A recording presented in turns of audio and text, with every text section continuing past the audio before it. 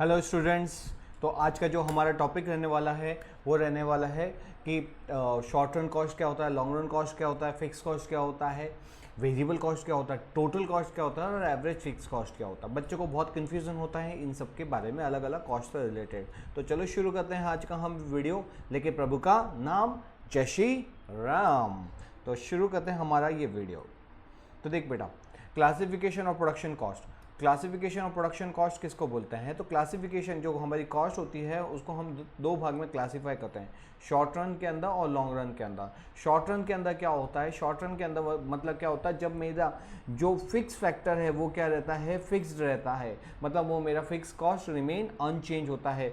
तो वो उसको मैं क्या बोलता हूँ कि यहाँ पे मेरा फिक्स कॉस्ट फिक्स रहेगा और मेरे जो वेरिएबल फैक्टर हैं, जो मैं कुछ लेबर्स वगैरह होंगे वो मेरे वेरिएबल फैक्टर्स होंगे, जिसको मैं with the increase in the production मैं इसको क्या कर पाऊंगा, चेंजेस कर पाऊंगा। इसको हम डिटेल में अभी नीचे देखेंगे। खाली आपको ये समझना है कि फिक्स कॉस्ट के अंदर, जब शॉर्ट रन के अंदर क्या होता है, शॉर्ट रन के अंदर कॉस्ट क्लासीफाई होती है फिक्स्ड एंड वेरिएबल, जबकि जब मेरा क्या होता है variable factor, long run cost, production cost आता है, उस सिचुएशन में, उस सिचुएशन के अंदर मेरी जो कॉस्ट आती है वो ऑलवेज क्या होती है, वेरिएबल कॉस्ट आती है। मतलब कॉस्ट के बाइफर्केशन फिक्स कॉस्ट और वेरिएबल वो सिर्फ और सिर्फ कहाँ देखने को मिलता है, शॉर्ट रन के अंदर, जबकि लॉन्ग रन के अंदर ऑल कॉस्ट क्या हो जाती है, वेरिएबल कॉस्ट आती है। All cost are variable cost होती है।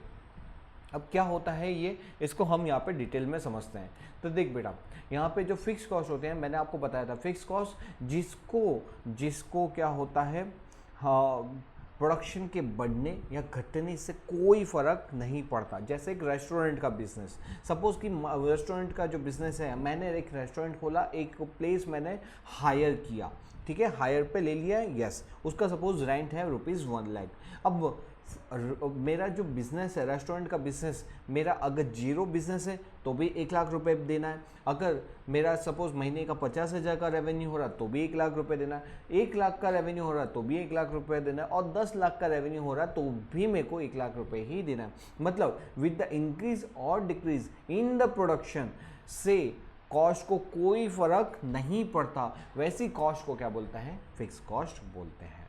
Okay, yes. तो फिक्स कॉस्ट का मतलब क्या होता है कि फिक्स कॉस्ट हमारी क्या होती है, fix cost remain to be fix, ये नाम से ही मालूम पड़ा। मतलब इरिस्पेक्टिव ऑफ इंक्रीज, मतलब प्रोडक्शन इंक्रीज हो, डिक्रीज हो या तो जीरो हो जाए, उससे कोई फर्क नहीं पड़ेगा। No change in the production cost, जहाँ पे प्रोडक्शन कॉस्ट के अंदर में कोई फर्क नहीं पड़ता, तो उस कॉस्ट को हम क्या बोलते हैं, उस कॉस्ट को बोलते हैं बेटा फिक्स्ड कॉस्ट। ठीक है, इसको और क्या बोलते हैं, इसको बोलते हैं ओवरहेड कॉस्ट भी बोलते हैं। इसका मतलब सर ये मान लीजिए कि यहाँ पे जैसे कि कौन सी कॉस्ट है, स्टाफ की सैलरी हुई, स्टाफ की सैलरी है, स्टाफ की सैलरी के अंदर क्या होता है, स्टाफ की सैलरी के अंदर उसको मेरे को फिक्स देना ही देना है। सपोज मैंने एक स्टाफ को हायर किया 20,000 रुपीज़ सैलरी के ऊपर, अब इज रिस्पेक्टिव ऑफ मैं उससे काम ले रहा हूँ नहीं ले रहा हूँ, कुछ भी कर रहा हूँ, वहाँ पे क्या हो गया, उसकी कॉस्ट फिक्स्ड हो गई। जैसे दूसरा मैं आपको एग्जांपल देता हूँ कि EMC, एनुअल मेंटेनेंस, हमारा जो घर का जो चार्जेस देते हैं, एनुअल मेंटेनेंस चार्जेस, ठीक है, अहमदाबाद म्यूनसिपल कॉर्पोरेशन को हम जो देते हैं EMC चार्जेस वगैरह, वो भी मेरा क्या हो गया, फिक्स्ड हो गया। मतलब सैलरी हो गई, रेंट हो गया, EMC वगैरह हो गया, लोन आपने ले रखी हो उसका इंटरेस्ट क्या हो गया, फिक्स्ड ही हो गया। तो ये सारे खर्चे कैसे हैं, फिक्स है, irrespective of the factor of production, आपको ये खर्चे देने ही देने हैं और आपकी अमाउंट क्या होती है, फिक्स्ड होती है, इसलिए इसको क्या बोला जाता है, फिक्स्ड कॉस्ट बोला जाता है। ओके, तो देखो यहाँ पे क्या होता है, अगर आप यहाँ पे देखोगे इसका ग्राफ के अंदर, तो इरिस्पेक्टिव ऑफ प्रोडक्शन, प्रोडक्शन कितना है, प्रोडक्शन 0 हो तो भी 100 की कॉस्ट है, प्रोडक्शन 10 है तो भी 100, 20 है तो भी 100, 30 है तो भी 100, 40 है तो भी 100। और मतलब जैसे जैसे अब मेरा प्रोडक्शन क्या हो रहा है, बढ़ते जा रहा है, बढ़ते जा रहा है, बढ़ते जा रहा है, मतलब मेरी कॉस्ट क्या है, ये स्टेबल है, ठीक है, ये रिमेन अनचेंज है, इसमें कोई चेंज नहीं हो रहा। जब इसको, अच्छा ये हमारा क्या होता है, ये शेड्यूल होता है, तो ये फिक्स एसेट का क्या हो गया, शेड्यूल हो गया, और ये इसका क्या हो गया, ग्राफ हो गया। अब याद रखना कि ये जो ग्राफ है ना, अगर आप इसको ध्यान से देखोगे तो प्रोडक्शन दे रखा हो 1 2 3 4, माता जी की जय जयकार, अरे सब मजा करो।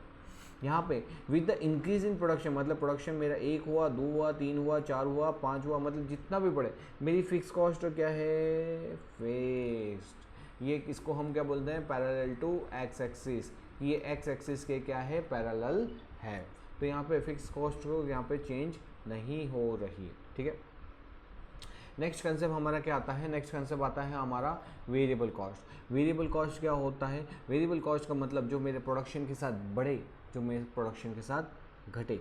मतलब अगर मेरा प्रोडक्शन जीरो, मेरा प्रोडक्शन क्या होगा, अगर प्रोडक्शन मेरा ज़ीरो तो मेरी वेरिएबल कॉस्ट भी कितनी आएगी, वेरिएबल कॉस्ट भी जीरो। अगर मेरा प्रोडक्शन कॉस्ट क्या हो, इंक्रीज़ हो, तो वेरिएबल कॉस्ट भी क्या होगी, इंक्रीज़ होगी।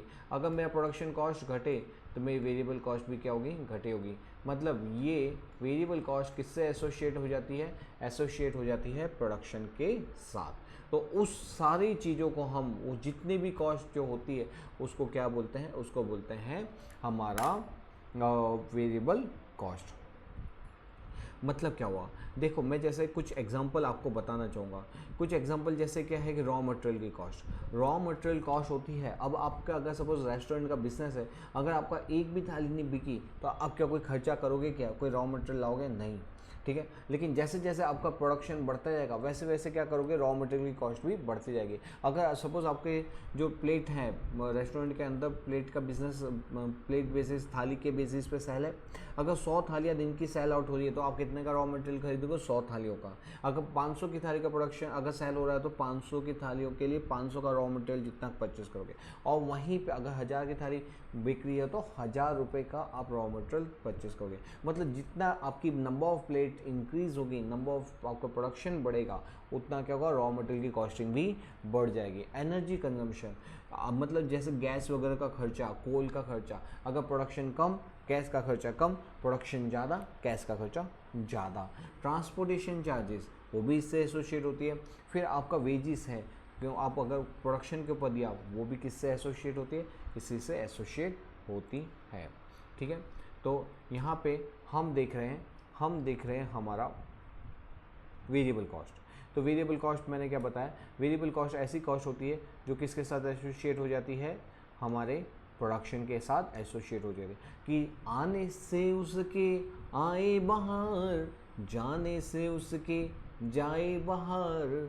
मतलब कि अगर प्रोडक्शन बढ़ा तो वो भी बढ़े, और वो प्रोडक्शन घटे तो वो भी घटे, तो उसको हम क्या बोलेंगे, वेरिएबल कॉस्ट बोलेंगे। आई होप आपको समझ में आ गया, ठीक है। तो वेरिएबल कॉस्ट क्या हो सकती है, ये जीरो भी हो सकती है, क्योंकि प्रोडक्शन जीरो होती है, ये भी जीरो। तो अगर प्रोडक्शन जैसे जैसे बढ़ेगा ये भी बढ़ता जाएगा, इसलिए इसको और क्या बोलते हैं, इसको बोलते हैं अनस्टेबल।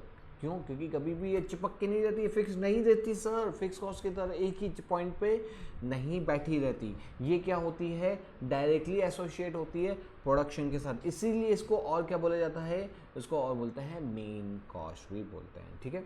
हाँ जी, दिस कॉस्ट क्या कैसी होती है, पॉजिटिव, पॉजिटिव रिलेशन। क्यों, क्योंकि जैसे जैसे प्रोडक्शन बढ़ता है ये कॉस्ट भी बढ़ती है, इसलिए इसको पॉजिटिव रिलेशन बोला जाता है, ठीक है। ओके, ये एग्जांपल तो मैंने आपको समझा दिए। Raw material, energy consumption, transportation, labour, फिर टैक्स ऑन द प्रोडक्ट, ये सब क्या होते हैं, वेरिएबल कॉस्ट के एग्जांपल होते हैं, ठीक है।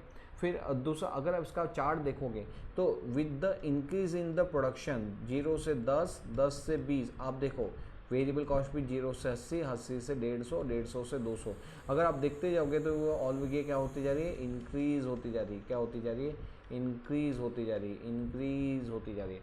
कि जैसे जैसे प्रोडक्शन बढ़ते जाता है वैसे वैसे हमारा वेरिएबल कॉस्ट भी क्या हो रहा है, बढ़ते जा रहा है। मगर इसको मैं ये बोल सकता हूँ कि ये डायरेक्टली एसोसिएट है कि नहीं, यस सर, ये डायरेक्टली एसोसिएट किसके साथ है, आउटपुट के साथ एसोसिएट है। कि हाँ, मेरा आउटपुट अगर ज़ीरो है, अगर मेरा आउटपुट ज़ीरो है तो वो भी कितना है, ये भी ज़ीरो है। अगर मेरा आउटपुट बढ़ा तो ये भी बढ़ा, 10 का 80, 20 का 150, 30 का 210, ठीक है। हाँ जी। अगर दूसरी चीज़ क्या है, वैसे ये कोई जनरली बताता नहीं, हम अपने हमारी क्लासेस के अंदर डिटेल्ड में इसको एक्सप्लेन करते हैं। कि अगर आप देखोगे, वैसे अगर इस पर भी नज़र मारोगे तो यहाँ पे ये 80 से 150, 150 से 210, 210 से 290, 290 से 390, मतलब ये क्या होती जा रही है, इंक्रीज़ होती जा रही है। लेकिन सर ये इंक्रीज़ में भी थोड़ा सा क्या होता है, ट्विस्ट होता है।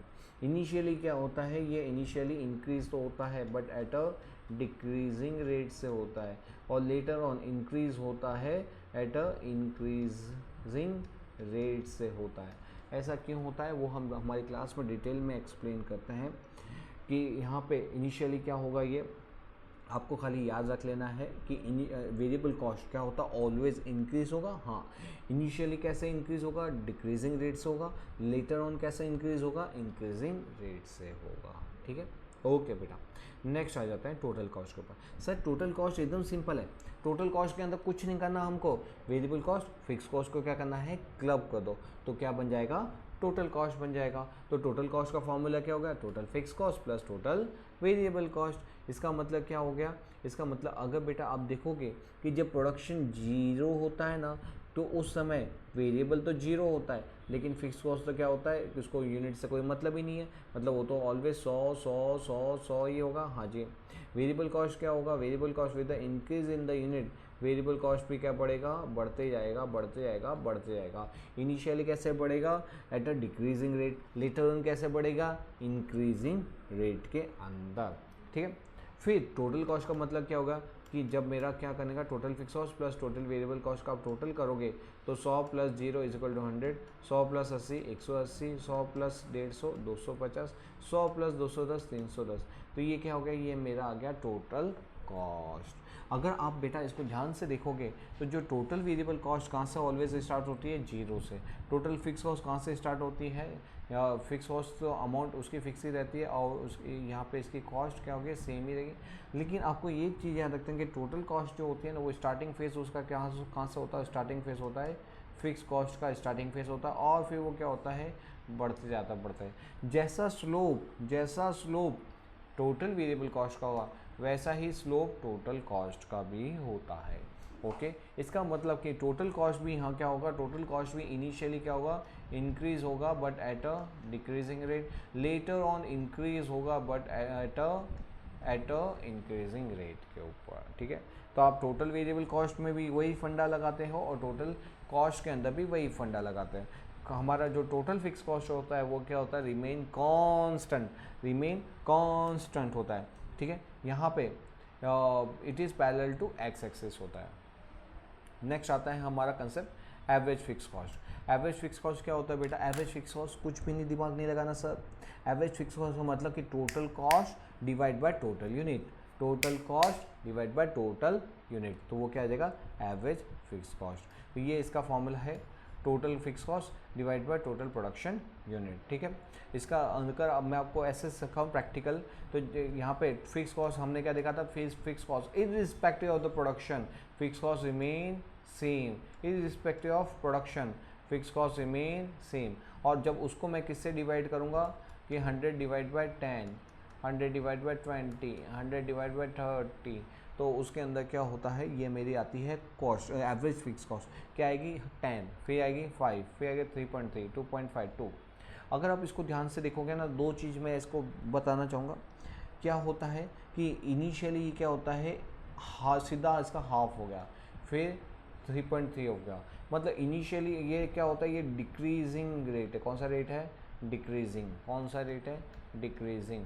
लेकिन इसमें भी क्या होता है, दो पार्ट होते हैं कि ये initially decreasing eight a increasing rate से होता है, लेटर ऑन ये डिक्रीज तो होता है but at a decreasing rate से होता है। मतलब बेटा ये क्या होता है, ये ऊपर से लेके यहाँ से लेके क्या होता है, यहाँ तक डिक्रीज़ ही होते जाता है। लेकिन शुरू में जो डिक्रीज़ होने का इसका जो किस्सा है वो बहुत ज़्यादा तेज़ी से गिरता है, और बाद में जो डिक्रीज़ होता है वो कम तेज़ी से गिरता है। इसलिए क्या बोलता है कि इनिशियली डिक्रीज़ होता है इंक्रीजिंग रेट से, और लेटर ऑन डिक्रीज़ होता है डिक्रीजिंग रेट से। अच्छा बेटा, एक और चीज़ मैं बता दूं, क्या कभी ये जीरो को टच करेगा क्या, नहीं, ये कभी जीरो को टच नहीं करेगा। क्या कभी नेगेटिव जाएगा क्या, नहीं, ये कभी नेगेटिव भी नहीं जाएगा। ठीक है, तो बच्चा लोगों, हमने ये फटाफट कौन सा चीज़ का रिवीजन किया है, ये हमने रिवीजन किया शॉर्ट रन, लॉन्ग रन, उसके अंदर क्या, variable cost, fix cost, total cost, और फिर हमने देखा average fix cost. I hope आपको काफ़ी हद तक कंसेप्ट आपके क्लियर हुए होंगे। अगर अच्छा लगा हो, अपने फ्रेंड्स वगैरह को भेजो ताकि वो भी इन सबको चीज़ को समझ सके, डिटेल अंडरस्टैंडिंग कर सके। और ऐसे ही वीडियो के लिए चैनल को लाइक और सब्सक्राइब से जरूर से कीजिएगा। चलो मिलते हैं ऐसे ही कुछ इंटरेस्टिंग वीडियो के साथ। Okay, bye bye, see you.